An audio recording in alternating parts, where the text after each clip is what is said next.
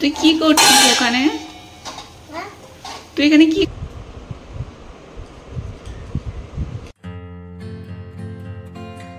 Good afternoon everyone, আমি সৌমিলি। আমার নতুন একটি ব্লগে আপনাদের স্বাগত। তো আজকে মেয়ে হঠাৎ করে বললো, মা রসগোল্লা খাবো।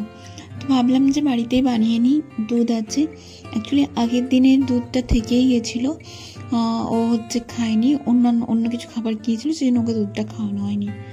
তো এই দেখুন, প্রথমেই আমি দুধটা জাল দিয়ে তারপরে আমি সামান্য ভিনিগার যোগ করে ছানা কাটিয়ে নিয়েছিলাম। তারপর ছানাটা জল ঝরিয়ে ভালো করে 2-3 বার ঠান্ডা জলে ধুয়ে আমি একটা রুমালে বেঁধে আর জল ঝরতে দিয়ে দিয়েছিলাম 2-3 ঘন্টার মতো। 2-3 ঘন্টা পর ঠিক এইরকম হয়েছে।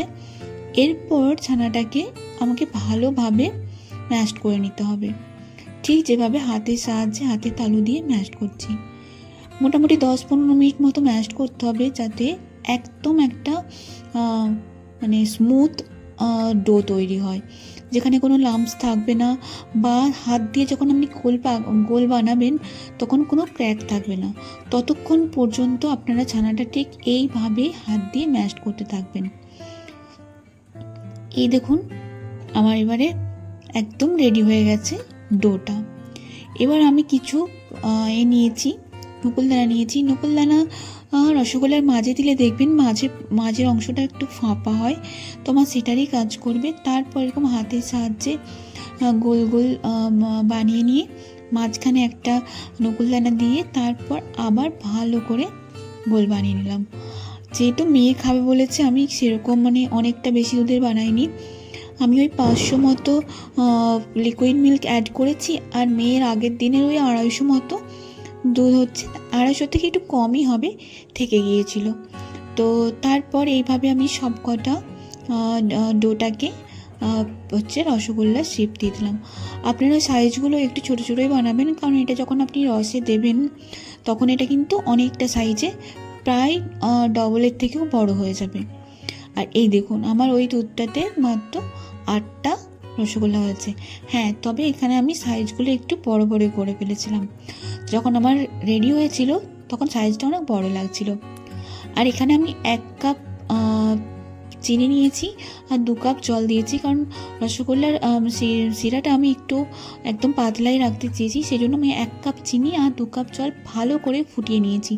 যখন একদম ফুটতে শুরু করেছি, তারপরে আমি যে রসগোল্লার ডাবটা বানিয়ে রেখেছিলাম সেটা একটা একটা করে ওই শিরার মধ্যে দিয়ে দিলাম।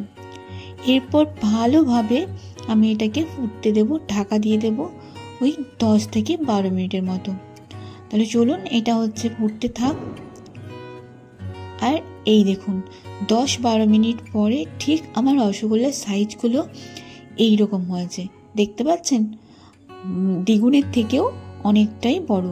তো সেই মতো আপনারা হাতের সাহায্যে সেই রকম শেপ দেবেন। আর আমি শিরার মধ্যে ওই 2টো এলাচ হালকা থেঁতো করে দিয়ে দিয়েছিলাম, তাতে একটু ফ্লেভারটা, গন্ধটা ভালো হবে। আর এই দেখুন, আমার প্রায় হয়েই এসেছে।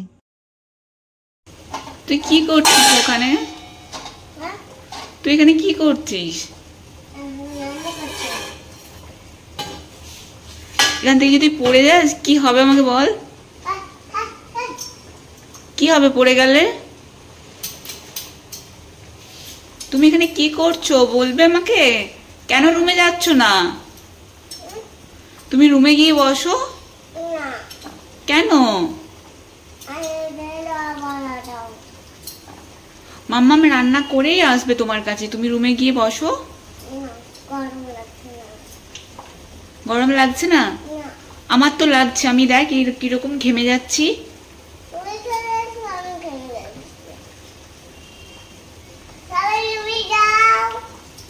তাহলে চল গিয়ে বসবি, চল ঘরে। আমি তো রান্নাটা করেই আসবো মা।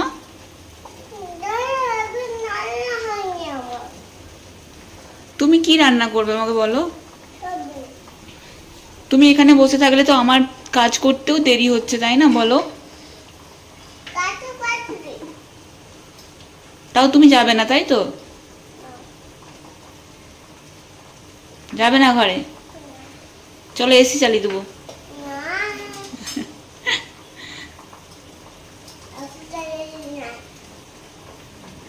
পড়ে যাবে কিন্তু। বসো, চুপ করে বসো।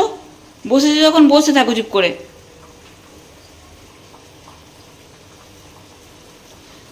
এই জন্য তোর বাবি এলে আমি রান্না করি। তোর স্কুলের প্রজেক্ট আছে না, এই জন্য তো তাড়াতাড়ি রান্না করছি।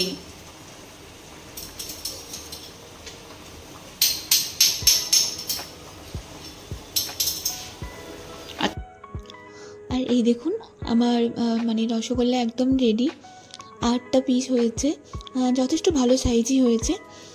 তো কেমন লাগলো রেসিপিটা অবশ্যই বলবেন, আর অবশ্যই বাড়িতে ট্রাই করলে আমাকে জানাতে ভুলবেন না কেমন হয়েছে। ভীষণই ভালো হয়েছিল, একদম নরম তুলতুলে। আর মেয়ের জন্য আমি দুটো নিয়ে এসেছি। মেয়ে তো দুটো খাবে না, একটা খাবে, আর একটা ওই মেয়ের নামে মায়ের পেটে যাবে।